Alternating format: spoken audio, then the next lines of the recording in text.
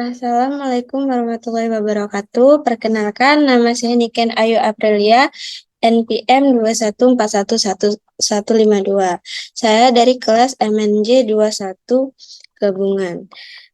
Berikut ini saya akan menjelaskan beberapa hal tentang hakikat manusia di pengantar ilmu pendidikan. Yang pertama, sifat hakikat manusia. Bersifat filosofis, hakikat manusia yang bersifat filosofis mengacu pada pemahaman tentang esensi, tujuan, dan keberadaan manusia. Ini melibatkan pertanyaan-pertanyaan filosofis tentang asal-usul, hakikat keberadaan, dan makna hidup manusia. Diskusi filosofis tentang hakikat manusia sering melibatkan konsep-konsep seperti kebebasan, kesadaran, dan eksistensi. Yang kedua, sifat hakikat manusia yang bersifat normatif. Hakikat manusia yang bersifat normatif menegaskan nilai-nilai atau prinsip-prinsip yang seharusnya menjadi pedoman dalam hubungan manusia dengan diri sendiri, sesama manusia, dan lingkungan sekitar. Ini melibatkan pertimbangan etis dan moral tentang bagaimana manusia seharusnya bertindak dan berinteraksi dalam masyarakat. Diskusi tentang sifat normatif hakikat manusia sering mencakup konsep-konsep seperti keadilan, kebaikan, dan martabat manusia.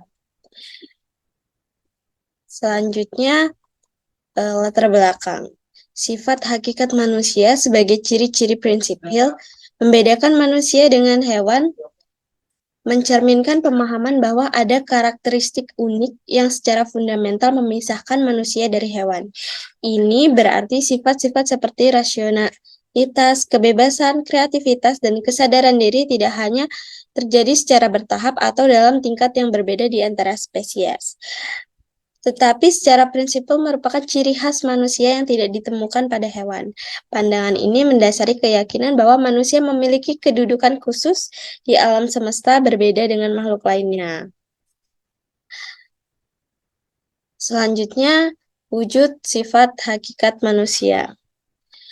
Yang pertama itu ada kemampuan menyadari diri.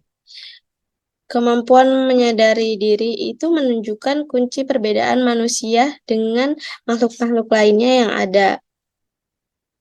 Manusia menyadari bahwa dirinya memiliki ciri khas atau karakteristik. Yang kedua, kemampuan berinteraksi. Dengan keluar dari dirinya dan dengan membuat jarak antara dirinya sebagai objek dengan orang lain, itu berarti manusia dapat menembus atau menerobos dan mengatasi batas-batas yang membelenggu dirinya. Kata hati, wujud sifat hakikat manusia, kata hati, moral, kemampuan bertanggung jawab, rasa kebebasan, kesediaan, melaksanakan kewajiban dan menyadari hak, kemampuan menghayati kebahagiaan itu hanya dimiliki oleh manusia. Itu merupakan wujud dari sifat hakikat manusia. Definisi hakikat manusia dan perkembangan. Hakikat manusia merupakan esensi atau karakteristik fundamental yang membedakan manusia dari makhluk lainnya.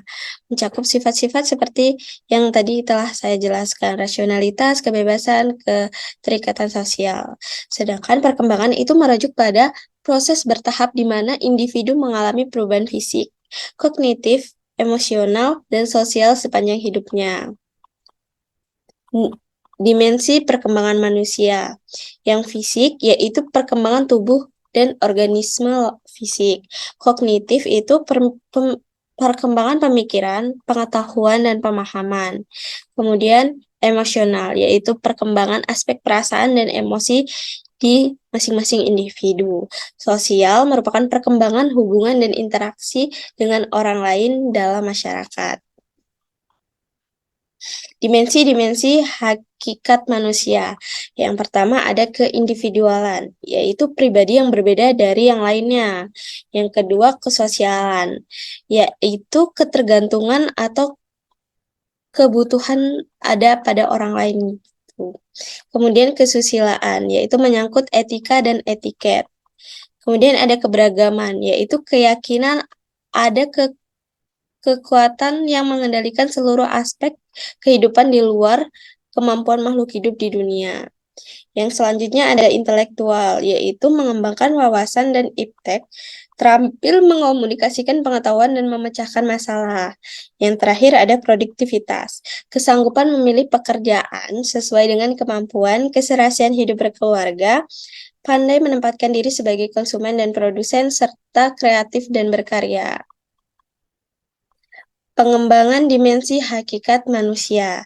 Ada dua, yaitu yang pertama dimensi pengembangan yang utuh itu merajuk pada upaya pengembangan manusia yang konferensif dan holistik, di mana individu mencapai potensi mereka secara optimal dalam berbagai aspek kehidupan. Ini mencakup perkembangan fisik, mental, emosional, sosial, dan spiritual lainnya.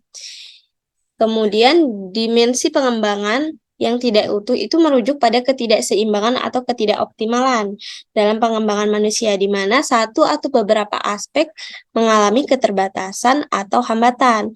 Ini bisa saja disebabkan oleh faktor internal seperti kurangnya keterampilan atau kurang dalam pemahaman diri, atau faktor eksternal seperti lingkungan yang tidak mendukung dan tekanan sosial. Teori perkembangan manusia.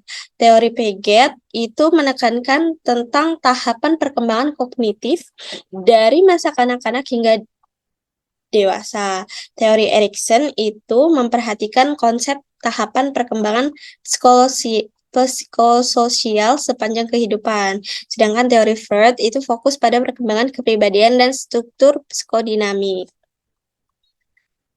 Pengaruh lingkungan. Lingkungan termaksud keluarga, sekolah, dan budaya itu memiliki dampak yang signifikan pada perkembangan manusia.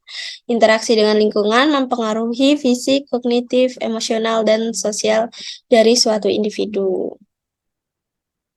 Kesimpulannya, hakikat manusia dan perkembangan merupakan konsep yang saling terkait dan penting dalam memahami individu dan masyarakat. Proses perkembangan manusia terus berlangsung selama hidup individu dan dapat diarahkan dan dikembangkan menjadi pengaruh lingkungan dan pendekatan teori yang tepat. Itu saja yang bisa saya sampaikan. Terima kasih telah menonton video ini.